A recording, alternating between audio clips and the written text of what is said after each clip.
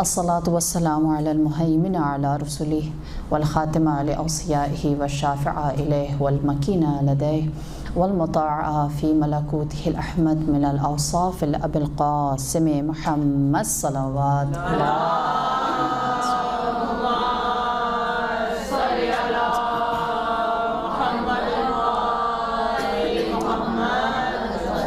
وعلى أهل بيته الطيبين الطاهرين المعصومين المظلومين سيما بقية الله في أرض روحي وأرواح العالمين لتراب مقدمه فداه.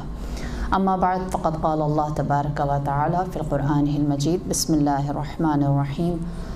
قل هذه سبيلي أدعو إلى الله على بصيرتي وأنا من اتبعني صلوات الله.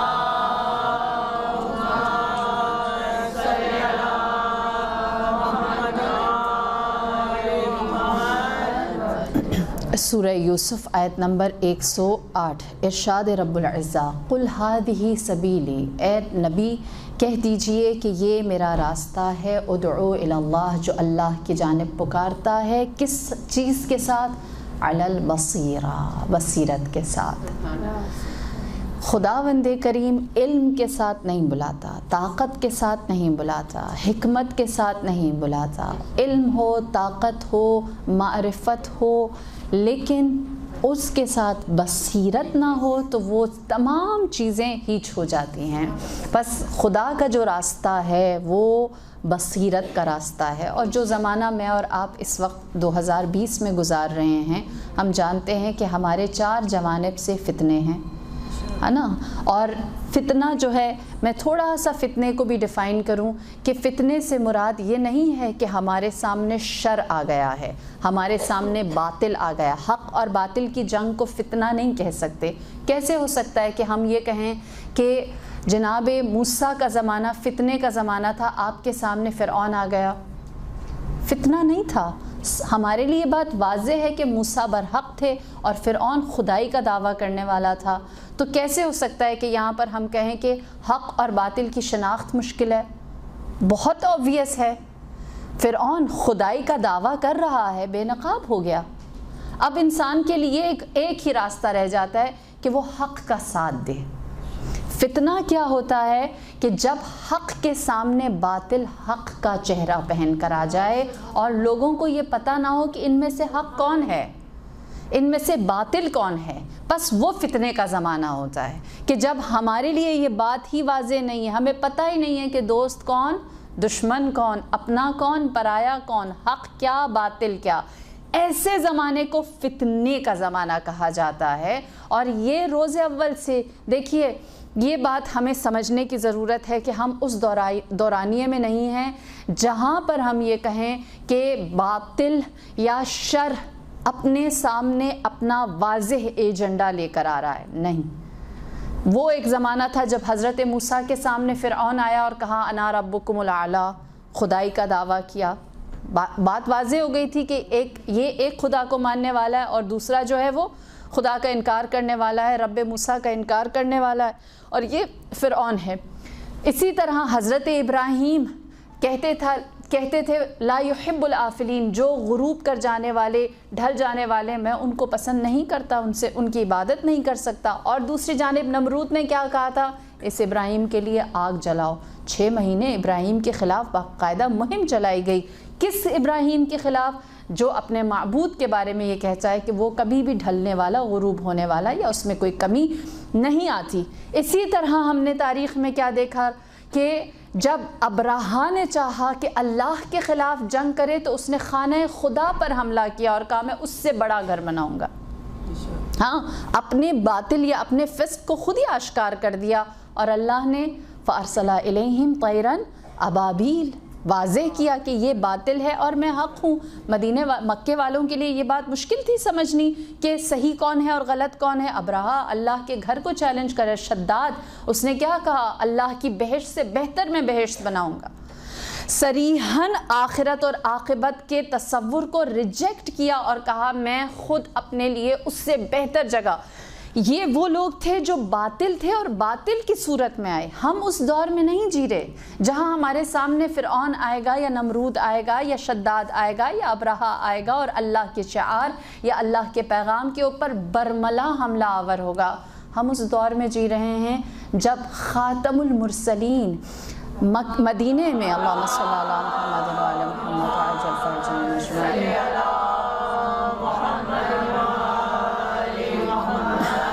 جب آپ مدینے میں پہلی مسجد کی بنیاد رکھتے ہیں اور منافقین جو مسلمانوں کی شکل میں مدینے میں رہنے والے ہیں وہ رسول اللہ کو کمزور کرنا چاہتے ہیں تو وہ کیا کرتے ہیں؟ وہ مسجد قباء کے سامنے ایک اور مسجد بناتے ہیں. ایک اور مسجد تعمیر کی جاتی ہے. یہ نہیں کہتے کہ وہاں نہ جاؤ، یا یہ نہیں کہتے کہ ہم نے گرجا گھر بنایا ہے، ہم نے کوئی اور چیز رکھ دی ہے جس کی پرستش یا جس کی پوجا کی جائے. یہ نہیں کہتے کہ ہم یہاں پر بت لے کر آئیں گے. ہم محمد سے نعوذ باللہ، ہم محمد سے بڑے مسلمان ہیں. جو فتنہ تھا، جو منافق تھا، وہ اسلام کی، ایمان کی اور دین کی ہی شکل بنا کر نبی کے سامنے آ کر کھڑا ہو گیا. اور دیکھنے والوں کے لیے یہ بات حیرت کی تھی، ادھر بھی مسجد ہے ادھر بھی مسجد ہے، ہم کہاں جائیں؟ یہاں کس چیز نے کام کیا؟ بصیرت نے کام کیا. فتنے کے اندر جہاں پر دو چیزیں آمنے سامنے ہوں اور دونوں حق کا دعویٰ رکھتی ہوں، وہاں حق کو پہچاننے کی جو صلاحیت رکھتا ہے وہ بابصیرت انسان ہے. اسی طرح ہم نے کیا دیکھا؟ امیر المؤمنین کے سامنے جو لوگ آئے انہوں نے ناطق قرآن کے سامنے کیا کیا؟ قرآن کو نیزے پر چڑھایا. یہ نہیں کہا کہ ہم اس کے ناطق قرآن ہونے کو چیلنج کرتے ہیں، نبی نے مباہلہ کیا تھا ہم بھی مباہلہ کرتے ہیں. ہاں، یا پھر یہ نہیں کہا تھا کہ ہم علی کو مانتے ہی نہیں ہیں. نعوذ باللہ جس طرح کی باتیں شام میں کرتے تھے امام کے سامنے آ کے کرتے نہیں تھے. لیکن امام ہی کے سامنے، امام ہی کی چیز کو یعنی قرآن کے سامنے قرآن کو لے کر آئے. جناب فاطمہ الزہرا آپ نے جب فدق کا دعویٰ رکھا ہے تو جواب میں یہ کہا گیا کہ آپ جھوٹ بولتی ہیں. نعوذ باللہ. نہیں، حدیث رسول رکھی، حدیث رسول رکھی. یعنی کہ جو نبی کی حدیث ہے ہم اسلام کے مطابق چل رہے ہیں. وہ ہستی جو میدان مباہلہ کی فاتحہ ہے نا، جس کی گواہی نے، جس کے ہونے نے، جس کی صداقت نے اسلام کو سرفراز کیا ہے، ان کے قول کے سامنے نبی کے قول کو کوئی کوٹ کرے، کوئی حدیث رکھے. حق کے سامنے حق کو رکھا گیا. یہاں تک کہ جب سید الشہداء نے خروج کا ارادہ کیا ہے، قیام کیا ہے، تو اس وقت بھی آپ کے سامنے احنف بن قیس جیسے جو آپ کی معرفت رکھتے تھے، آپ کو جانتے تھے، آپ کا مقام پہچانتے تھے. جانتے ہیں امام نے جس طرح جناب حبیب ابن مظاہر کو خط لکھا، احنف بن قیس کو بھی خط لکھا، اپنے پاس بلایا اور احنف بن قیس نے کیا جواب دیا؟ قرآن کی آیت سنائی امام کو، یا حسین فاصبر ان وعد اللہ الحق. اے حسین صبر کیجیے، اللہ کا وعدہ سچا ہے. یعنی آپ سچ پر، حق پر ہوں گے تو آپ کو آپ کا مقام مل جائے گا. امام حسین کے سامنے، ان کے فیصلے کے سامنے قرآن کی آیت رکھی. یہ فتنہ ہے. ہاں، احنف بن قیس کا عمل ان کے ساتھ. ہم 2020 میں اس عمل کو تاریخ کے ان سارے دوراہوں پہ جہاں پر ایک حجت کے سامنے، حق کے مینارے کے سامنے لوگ باطل کو نہیں رکھتے، حق ہی کو رکھتے ہیں. اب ایسے مقام پر میرے اور آپ کے لیے ضروری ہے کہ ہم لوگ اپنی بصیرت کے ساتھ چلیں. تاریخ گواہ ہے کتنے لوگ ایسے تھے جن کے پاس علم تھا. دیکھیے یاد رکھیے، علم نجات نہیں ہے. صرف ہر بات کا علم ہو جانا، اس کی انفارمیشن ہمارے مغز میں ہو، یہ نجات نہیں ہے. علم وہ ثمر آور ہے جو ہمیں بصیرت دے، جو ہمیں حکمت عنایت کرے اور اس کے نتیجے میں ہم صحیح فیصلہ کر سکیں، ہم باطل کو پہچان سکیں. جس طرح بلعم باعورہ کتنا عالم ہے، اسم اعظم اس کے پاس ہے، اسم اعظم الہی کا علم اس کے پاس موجود ہے، وہ مستجاب الدعویٰ ہے، حضرت لوط کا نواسہ ہے، اور ایسا شخص ہے کہ جب وہ دعا کرتا ہے تو اس کی دعا کبھی کبھی رد نہیں ہوتی. تاریخ کہتی ہے کہ فرعون کسی سے امپریس نہیں ہوتا تھا، بلعم باعورہ سے امپریس ہوتا تھا، اور جو بلعم باعورہ کہتا اس کو کنسیڈر کرتا تھا، اس کو نظر انداز نہیں کرتا. بس بلعم باعورہ اتنا علم، اسم اعظم کا علم ہونے کے باوجود، جب یہ بات یاد رکھیے آج آپ سب جانتے ہیں چاروں طرف کیسی صورتحال ہے. شیعوں کے مقابلے میں کون ہے؟ شیعہ. ہاں، عزاداروں کے مقابلے میں کون ہے؟ عزادار. یہ کیا ہے؟ یہ مجھے اور آپ کو تاریخ کے پیرائے سے سمجھنا ہوگا. ہاں، کہ ہم دیکھیں کہ جب باطل چاہتا ہے کہ حق کو کمزور کرے تو کیسے کمزور کرتا ہے. بلعام باعورہ حضرت لوط کا نواسا، مستجاب الدعوہ، صاحب اسم اعظم. دوسری جانب اسی زمانے میں کون ہے حق؟ جناب موسیٰ. اور اس دورانیے میں جب حضرت موسیٰ فرعون کے خلاف قیام کرتے ہیں تو حضرت موسیٰ کے برخلاف فرعون خود کھڑا نہیں ہوتا. وہ کہتا ہے، اس کا جو جملہ تاریخ نے نقل کیا ہے، میں صرف وہ نقل کر رہی ہوں کہ میں ننگے پاؤں جانے والے موسیٰ کے پیچھے کیوں بھاگوں جبکہ میں خدا ہوں. یعنی اتنا کمزور ہے. پھر اس نے کیا کیا؟ اس نے کہا کہ موسیٰ کے مقابلے میں بلعام باعورہ، یہ ان دونوں کو مد مقابل لے آئیں. بلعام باعورہ کی جو کمی ہے اس کو دور کر دیتے ہیں، جو کسی طرح اس کو اپنے حق میں کرتے ہیں. اور بلعام باعورہ اور حضرت موسیٰ جب آمنے سامنے آئیں گے، یا موسیٰ کی جیت ہوگی یا بلعام باعورہ کی ہار ہوگی، یا بلعام باعورہ کی جیت ہوگی موسیٰ کی ہار ہوگی. دونوں میں سے ایک کمزور ہو جائے گا، میرے دونوں دشمن چلے جائیں گے اور فرعون مضبوط ہو جائے گا، فرعون کو زیادہ طاقت مل جائے گی. ان اینی کیس جو دشمن ہے وہ فائدہ اٹھا رہا ہے کس چیز کا؟ دو ساتھیوں کا آپس میں ایک دوسرے سے گتھم گتھا ہونا یا پھر بے بصیرت ہونے کا. اب بابصیرت حضرت موسیٰ، بلعام باعورہ سے فرعون نے کہا تمہارے پاس سب کچھ ہے لیکن مال دنیا کی کوئی پوزیشن نہیں ہے، اگر تم کہو تو میں تمہیں دنیا کی پوزیشن یعنی اپنی حکومت میں ایک اچھا مقام دلا سکتا ہوں. ایک کام کرو، فرعون پر نفرین کرو، موسیٰ پر نفرین کرو، بد دعا کرو. اس نے کہا میں بد دعا نہیں کر سکتا. کہا کسی طرح ناکام کرو. کہا یہ کر سکتا ہوں کہ پھر حضرت موسیٰ کو گرفتار کر کے لاؤں اور زندان میں ڈال دیا جائے. اگری کیا بلعام باعورہ نے. اور جب وہ جانے لگا تو اس نے اپنے جیسے ہی گدھے پر سوار ہونا چاہا. گدھے نے پوچھا کہاں جا رہے ہیں؟ اس نے بتایا کہ موسیٰ کو گرفتار کرنے کے لیے. گدھے نے کہا واللہ میں اللہ کی حجت کے خلاف ایک قدم نہیں اٹھاؤں گا. وہ زمین پر اللہ کی حجت ہیں، میں ان کے خلاف ایک قدم نہیں اٹھاؤں گا. بلعام باعورہ نے اپنے ہی گدھے کو اتنا مارا، اتنا زد و کوب کیا کہ وہ گدھا وہیں پر مر گیا. وہ بابصیرت تھا صاحب اسم اعظم کی نسبت. ہاں، علم نفع نہیں دیتا، علم سے نتیجے والے نکلنے والا نتیجہ فائدہ دیتا ہے. اگر وہ علم آپ کو صحیح منزل پر پہنچائے تو اس سے فائدہ ہے.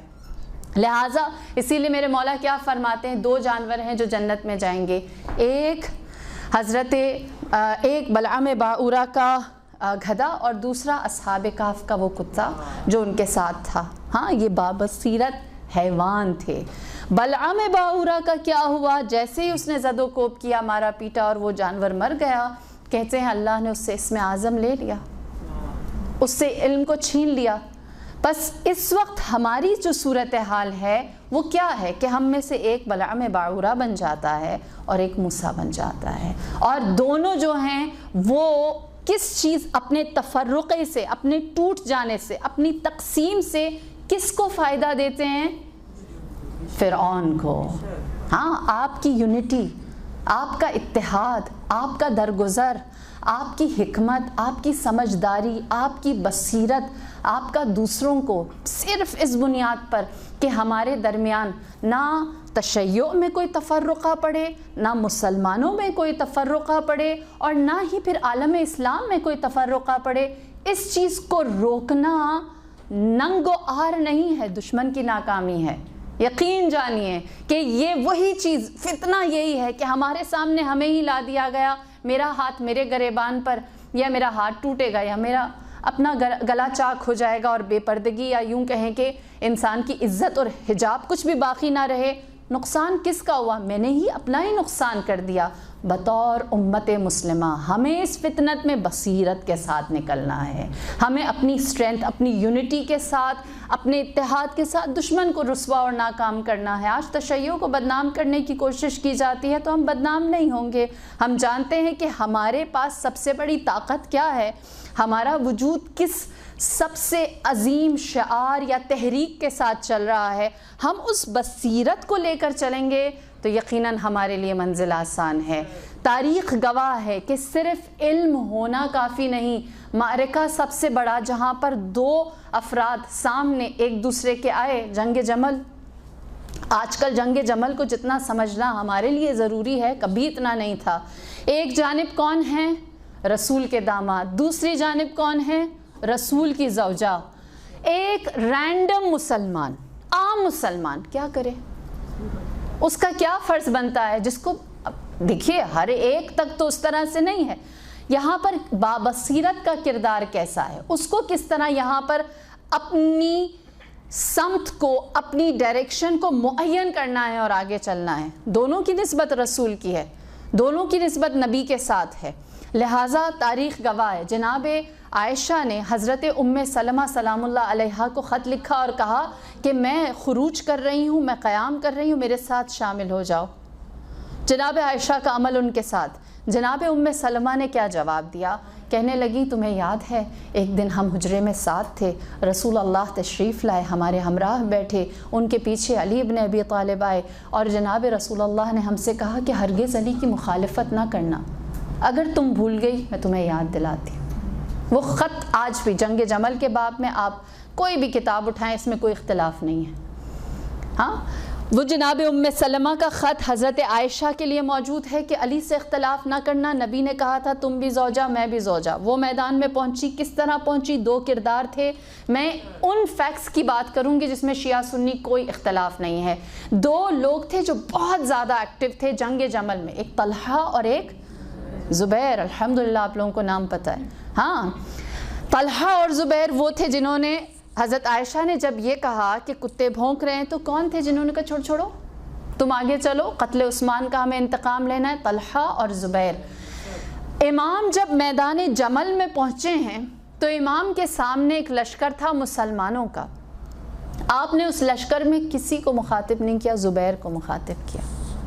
اور آپ نے زبیر سے کیا کہا؟ اے زبیر تم تو میرا مقام جانتے ہو، تمہارے پاس تو علم ہے، اب کیا نہیں ہے؟ بصیرت سے کام لو، اپنے اس علم سے صحیح نتیجے پر پہنچو. یہ علم صرف اس لیے نہیں ہے کہ اس کی گردان پڑی جائے، اس سے ہمیں صحیح منزلت حاصل کرنی ہے. آپ نے فرمایا تمہیں یاد ہے میں اور تم رسول کے پاس موجود تھے، رسول اللہ نے تم سے پوچھا تھا کہ علی سے محبت کرتے ہو؟ تم نے کہا تھا علی النفسی، علی میرا نفس ہیں. تو آپ نے، نبی نے فرمایا تھا کہ ستحاربہ وانت ظالم، تم علی کو اپنی جان کہتے ہو پھر بھی تم ان سے جنگ کرو گے جبکہ تم ظالم ہوگے. طلحہ کی جو ہسٹری ہے، زبیر کی جو ہسٹری ہے وہ نظر انداز نہیں کی جا سکتی. نبی کے بعد سب سے پہلا میدان ثقیفہ کا سجا، زبیر کو وہاں بلایا گیا. زبیر نے اس ثقیفہ کے میدان میں غدیر کا تذکرہ کیا اور بائیکاٹ کیا یہ کہہ کر کہ اگر علی کو حق نہیں دیا جائے گا میں اس ثقیفہ کا حصہ نہیں بنوں گا. زبیر ان لوگوں میں سے تھے جب جناب فاطمہ الزہرا نے سند پیش کی ہے ماں بعد رحلت رسول تو اس پر سگنیچر کرنے والوں میں سے ایک زبیر تھا. یہاں تک روایت ملتی ہے کہ جب بی بی کا جنازہ رات کی تاریکی میں اٹھایا گیا تو جو چند لوگ مدینے کے شامل ہوئے ان میں سے ایک زبیر تھا. میرے مولا فرماتے تم تو جانتے ہو ہمارا مقام کیا ہے، پھر بھی تم ہمارے ساتھ اس طرح سے ہماری مخالفت میں آتے ہو.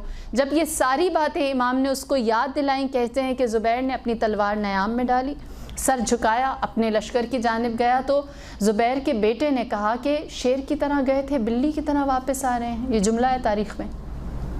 کوئی جواب نہ دیا اور بیابان میں نکل گئے، جنگل میں نکل گئے. بعد میں ان کی ڈیڈ باڈی ملی جو کہتے ہیں کہ کسی وحشی جانور کا شاید شکار ہوئے. لیکن اب دیکھیے ہم دیکھ رہے ہیں علم ہے، بصیرت اور صحیح علم کے نتیجے میں صحیح نتیجے پر پہنچنا ہے. کیا میدان چھوڑ جانا، غیر جانبدار ہونا صحیح ہے؟ جو بابصیرت ہے وہ غیر جانبدار نہیں ہوتا، وہ حق کی جانب ہوتا ہے، وہ ناصر ہوتا ہے، وہ حق کے ساتھ کھڑا ہوتا ہے. اور وہ اپنی سمت کا تعین کرنے کے بعد اس میں استقامت دکھاتا ہے۔ میرے مولا امام جعفر الصادق علیہ الصلاۃ والسلام، اللہم صلی علی محمد وعلی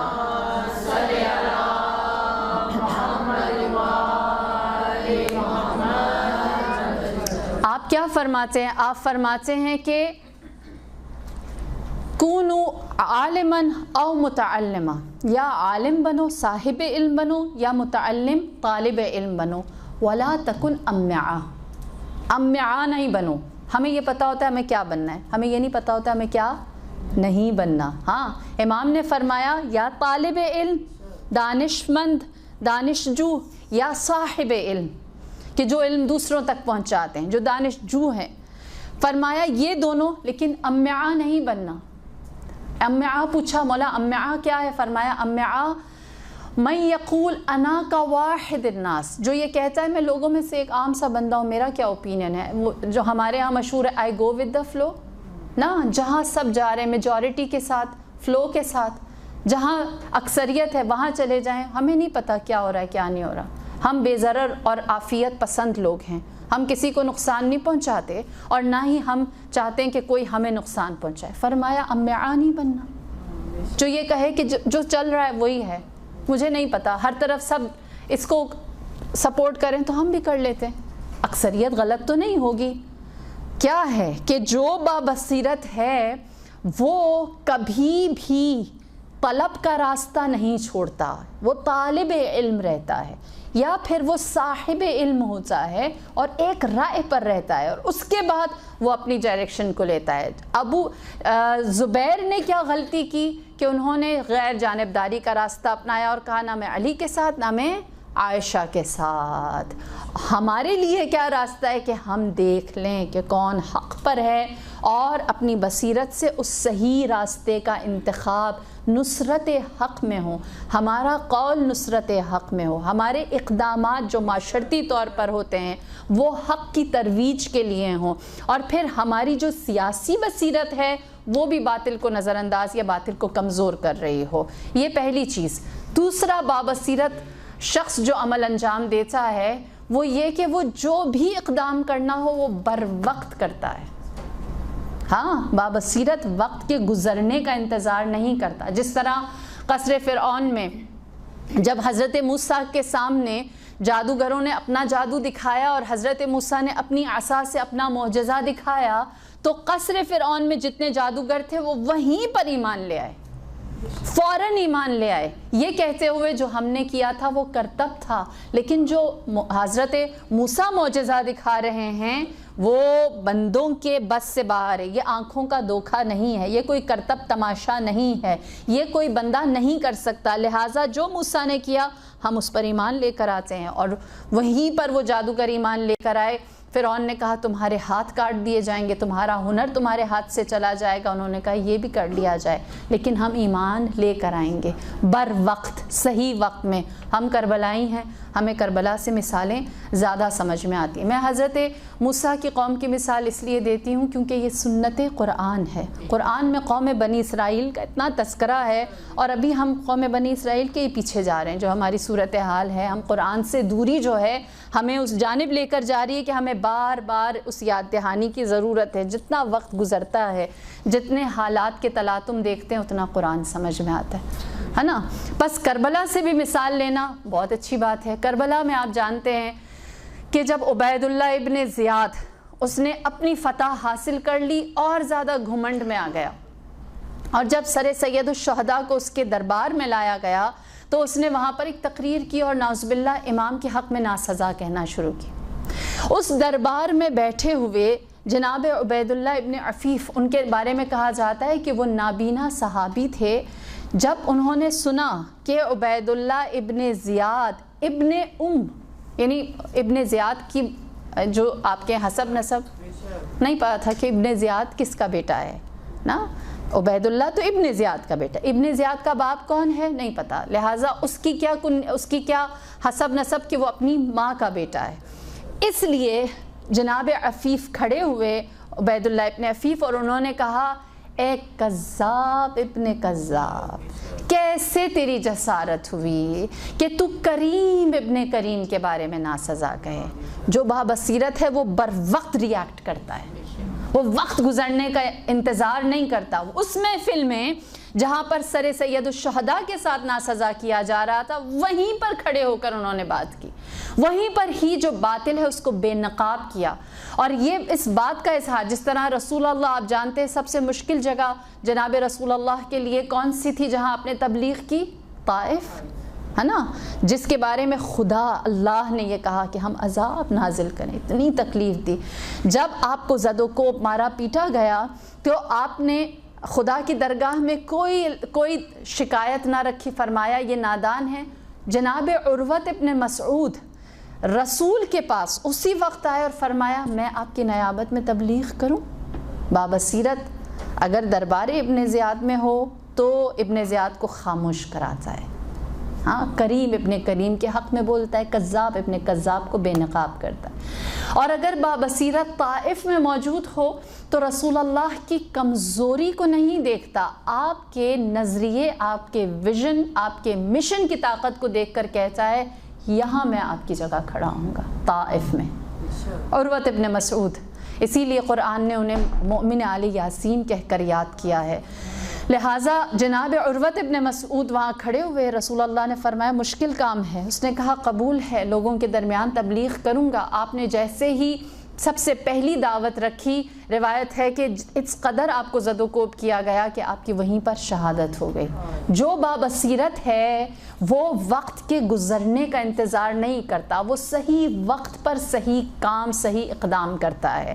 یہ دوسری صفت۔ تیسری اور آخری صفت جو میں آج آپ کے سامنے بیان کروں گی کہ جو بابصیرت ہے وہ حق کی قیمت جانتا ہے، اور جب حق کی قیمت جانتا ہے تو اسے پوری جانفشانی کے ساتھ ادا کرتا ہے۔ قیمت جاننے کا مطلب کیا ہے؟ آپ جب کسی چیز کی قیمت ادا کرتے ہیں تو آپ کو پتہ ہوتا ہے کہ اس کا بدل مل رہا ہے، ہاں، اس کا عوض۔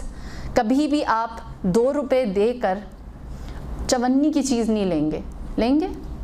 آپ کیا کہیں گے؟ قیمت ہی نہیں ہے اس کی اتنی، جتنی ورتھ ہے اتنا ہی انسان پے کرتا ہے، اتنا ہی انسان ادا کرتا ہے۔ بابصیرت حق کے لیے کچھ بھی قربان کرتا ہے، کچھ بھی دیتا ہے۔ کیوں؟ اس کی بصیرت اسے بتاتی ہے کہ حق کی قیمت جو میرے پاس دار و ندار ہے اس سے بڑھ کر ہے۔ یہ بصیرت عطا کرتی ہے، یہ بصیرت یہ جذبہ دیتی ہے۔ اسی لیے ہم جانتے ہیں مدینے میں آپ سب جانتے ہیں ابھی بھی عربوں میں دستور ہے نا 2 3 4 شادیوں کی، ہاں ابھی بھی کرتے ہیں، ایسا ہی ہے، ہم سب جانتے ہیں۔ اور پھر یہ بھی سب کو پتہ ہے، اگر آپ تھوڑا سا مدینے کی تاریخ دیکھیں کہ ایسی بھی خواتین تھیں جن کے 7 بیٹے تھے، مدینے میں 7 بیٹے تھے، 5 بیٹے تھے، 6 بیٹے تھے۔ کیوں ام البنین کو بیٹوں کی ماں کہا جاتا تھا؟ کیوں جناب ام البنین ہی ایسی تھی کہ جو بیٹوں کی وجہ سے پہچانی جاتی تھی؟ کیونکہ وہ 4 بیٹے ایسے تھے جن کو دیکھ کر ہر ماں حسرت تمنا کرتی تھی کہ کاش بیٹے ہوں تو ایسے ہوں، ہاں، اس طرح کی اللہم صلی اللہ محمد،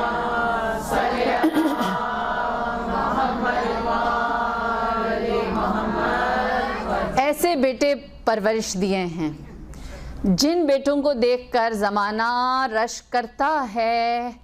اس ماں نے اپنے وہ 4 بیٹے ایسے قربان کیے، حق کی قیمت ایسی ادا کی کہ جب مدینے میں خبر شہادت آپ کے 4 بیٹوں کی خبر شہادت آئی ہے تو آپ نے کیا جواب دیا؟ مجھے بتاؤ میرے مولا کی خیر ہے۔ بتایا پہلا بیٹا کام آیا، بصیرت۔ میرا پہلا فرزند کام آیا، میرے مولا کی خیر ہے۔ یہاں تک کہ جب 4تھے بیٹے کی خبر آئی اور آپ سے کہا گیا کہ آپ کا ابوالفضل العباس بھی کام آ گیا تو آپ نے سوال کیا میں تم سے پوچھتی ہوں مجھے بتاؤ میرے مولا کی خیر ہے، تو جواب دیا گیا کہ وہ بھی راہ حق میں کام آ گئے۔ پھر ایک سوال جناب ام البنین کا جو آپ کے مرثیے کا بھی حصہ ہے، جو آپ جنت البقیع میں پڑھتی تھیں، کہ میرے عباس کے شانے کہاں تھے؟ کیا عباس سالم تھا جب حسین کو شہید کیا گیا؟ کیوں؟ مجھے بتائیں، ایک ماں کے لیے اپنی اولاد کو قربان کرنا آسان ہے؟ نہیں، لیکن بصیرت ایسی ہے، جانتی ہیں کہ جو سید الشہداء کا مقام، منزلت اور ان کی قدر و قیمت ہے وہ ان 4 بیٹوں سے زیادہ نہیں، وہ ان 4 بیٹوں سے کہیں درجہ بڑھ کر ہے۔ اسی لیے آپ بار بار اپنے محور پر رہتی ہیں کہ میں نے ان بیٹوں کو حسین کے لیے دیا تھا، اگر وہ حسین باقی ہے اور یہ کام آ گئے تو مقصد پورا ہو گیا۔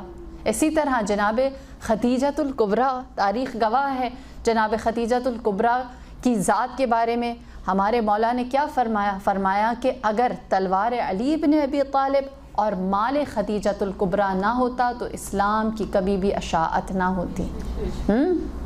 جناب خدیجۃ الکبریٰ سے پوچھا، کہا کہ آپ کا مال جو آپ نے اتنی محنت کے ساتھ جمع کیا ہے لٹا رہی ہیں، آپ اپنے مرد پر لٹا رہی ہیں۔ تو جناب خدیجہ نے کیا جواب دیا؟ آپ نے فرمایا میں مال دے نہیں رہی، میں اپنی محنت دے نہیں رہی، میں دارین لے رہی ہوں۔ جانتی ہیں کہ جو میں دے رہی ہوں وہ تھوڑا ہے اور اس کے بدلے جو حاصل ہو رہا ہے وہ دائمی ہے، وہ ابدی ہے۔ یہ بصیرت ہے جو انسان کو صحیح نتیجے پر لے کر آتی ہے، جو انسان اس حق کی قیمت ادا کرنے کے لیے تیار اور آمادہ رہتا ہے۔ اور جب یہ جان جائے کہ جو حق ہے اس کی قیمت ادا کرنے کے لیے مجھے کیا کچھ نہیں کرنا پڑے گا۔ تاریخ گواہ، مجھے بتائیے، ہم عام سے لوگ ہیں، ہمارے پاس کچھ بھی نہیں، ہمارا ایمان کیا، ہماری معرفت کیا، ہمارا علم کیا، ہمارے بھی مردوں کے سامنے اگر ہمیں کچھ کہا، کوئی نامحرم، کوئی آوارہ کچھ کہے تو ان کو کتنا طیش آتا ہے۔ بصیرت کیا ہے کہ سید الساجدین حق کی قیمت ادا کرنے کے لیے زینب جیسی پھپھی، ام کلثوم جیسی پھپھی، ان جیسی ہستیوں کو لے کر نامحرموں کے نرغے میں ہیں۔ یہ کیا ہے؟ جانتے ہیں کہ یہ حق کی قیمت ادا ہو رہی ہے۔ بصیرت ایسی ہے کہ وہ بصیرت تابع ہے، یاد رکھیں، وہ بصیرت تابع ہے، غیرت بھی اس کے تابع ہو جاتی ہے۔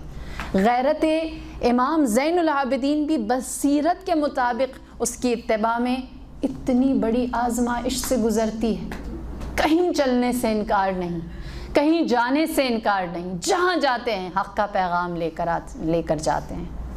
تاریخ گواہ ہے کہ ان بیویوں کی وجہ سے کوفہ اور شام اور بہت سارے بلاد تک پیغام سید الشہداء پہنچا، یہاں تک کہ خولی نے یہ کہا کہ ان بیویوں کو ہم رسوا کرنے کے لیے لے کر جاتے، لیکن یہ جہاں پر بھی جاتی یہ فاتح بن کر داخل ہوتی، عزت و شرف کے ساتھ داخل ہوتی۔ لہٰذا جو جانتے ہیں کہ حق کی قیمت کیا ہے وہ اس کی قیمت کو ادا کرنے کے لیے بڑی سے بڑی آزمائش سے سرخرو گزرتے ہیں۔ آپ نے پورے حوادث کربلا سنے، کربلا کا سب سے زیادہ دشوار اور سب سے کٹھن لمحہ وہ جب آپ نے سید الشہداء نے چاروں جانب نظر کر کے اپنے ناصرین کو پکارا اور کوئی جواب نہ آیا، اور آپ نے جناب علی اصغر کو راہ خدا میں پیش کیا۔ عصر عاشور سب سے مشکل، اور میرے مولا اس وقت کیا فرماتے ہیں؟ الہی ہون لی الامر، فرماتے ہیں کہ پروردگار میرے لیے اس کام کو آسان کر دے، سہل کر دے۔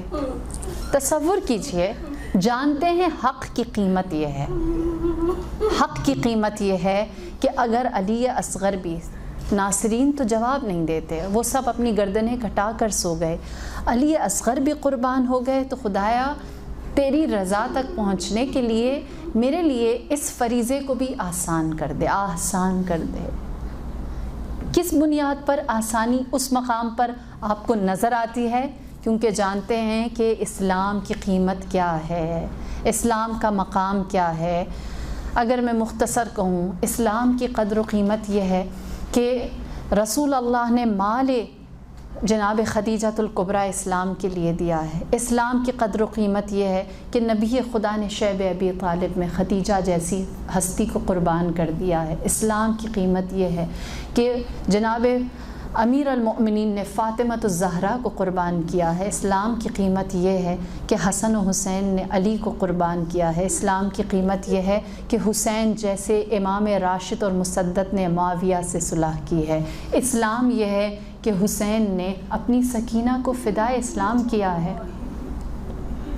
ترکت خلق طرا فی ہواکا وایتمت العیال لکی اراکا ولو قطعتنی فی الحب اربا لما حن الفؤاد الی سواکا۔ اے پروردگار، میں نے ساری مخلوقات کو چھوڑ دیا تیری محبت میں، اور اپنے بچوں کو یتیم کیا تاکہ تجھ سے ملاقات ہو سکے۔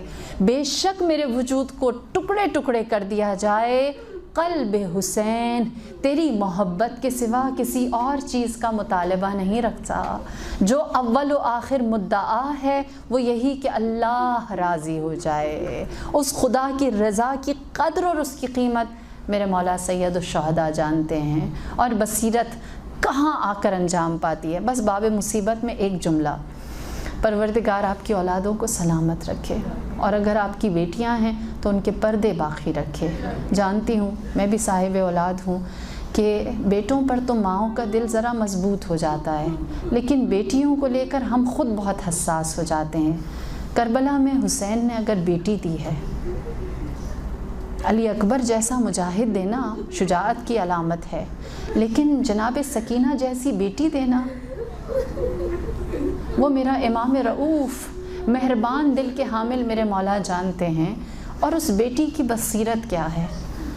باب مصیبت میں بیان ہوتا ہے کہ جب شام پہنچی ہیں بی بی جناب سکینہ، آپ کی کیفیت ایسی ہو چکی تھی کہ دیکھنے والا سمجھ جاتا تھا اس کے سر پر کوئی سرپرست نہیں، کوئی چھاؤں، کوئی سایہ نہیں۔ کان بھی زخمی، گلا بھی زخمی۔ میں ہمیشہ ایک بات کہتی ہوں، کاش روایت میں لکھا ہوتا کہ کسی نے تماچا مارا تھا، لیکن روایت کہتی ہے شمر نے تماچا مارا تھا۔ کہاں شمر جیسا پہلوان، اور کہاں یہ بچی جس کا کرتا بھی جلا ہے، جو پنجوں پر چلی ہے، جو بھوک اور پیاس کاٹ کر آئی ہے، جس کے ہونٹ زخمی ہیں، جس کو نقاہت اور کمزوری نے انتہائی ضعیف کر دیا ہے۔ شام میں کہتے ہیں کہ شام کی عورتیں جناب سکینہ کو نظر بھر کر دیکھتی، اور پھر افسوس کے بعد بی بی سے ایک جملہ کہتی، اے بچی دعا کرو۔ دیکھیے بی بی کی بصیرت، کہتی ہے بچی دعا کرو ہمارے بچے تمہارے جیسے یتیم نہ ہوں۔ جانتے ہیں جناب سکینہ کی بصیرت کیا ہے؟ فرماتی آمین، ہم اس کیفیت میں بھی عطا کرنے والے ہیں، ہم اس حالت میں بھی تم لوگوں کو نوازنے والے ہیں، ہمارے پاس تم سے مصیبت میں بھی خیر ہی ملے گا۔ بی بی وہاں پر بھی لوگوں کے لیے دعا بانٹ رہی ہیں، آمین بانٹ رہی ہیں۔ ہماری جان قربان جناب سکینہ بنت الحسین کی معرفت، ان کی بصیرت پر خداوند کریم ہمیں اس قابل بنائے کہ ہم اپنے بچوں کو اسی راہ استقامت کے اوپر رکھیں جو اہل البیت کی اسیر خواتین مستورات نے رکھی، جو شہدائے کربلا کی ہے۔ ارحم الراحمین جتنی بھی مومنات اس درس میں شامل ہوئیں ان سب کی شرعی حاجات کو برابر فرما۔ امت مسلمہ بالخصوص امت تشیع کو اتفاق اور اتحاد نواز دے۔ جہاں جہاں موجود ہیں کلمہ حق کہنے والے، ان سب کی جان، مال، عزت اور آبرو کو اپنے حفظ و امان میں رکھنا، اور جو دشمن سازشیں کر رہا ہے اسے رسوا کر دے۔ ارحم الراحمین میرے آقا امام زمانہ کے ظہور میں تاجیل فرما، اور ہمارے ہر عمل کو امام کے ظہور میں تاجیل کا سبب بنا دے۔ اور جب امام ظہور فرمائے تو ہمیں ہمارے بزرگوں اور بچوں سمیت امام کے اصحاب اور آوان میں جگہ عنایت فرما۔ انک سمیع الدعاء انک علی کل شیء قدیر۔ صلوات اللہم صلی اللہ علیہ وسلم۔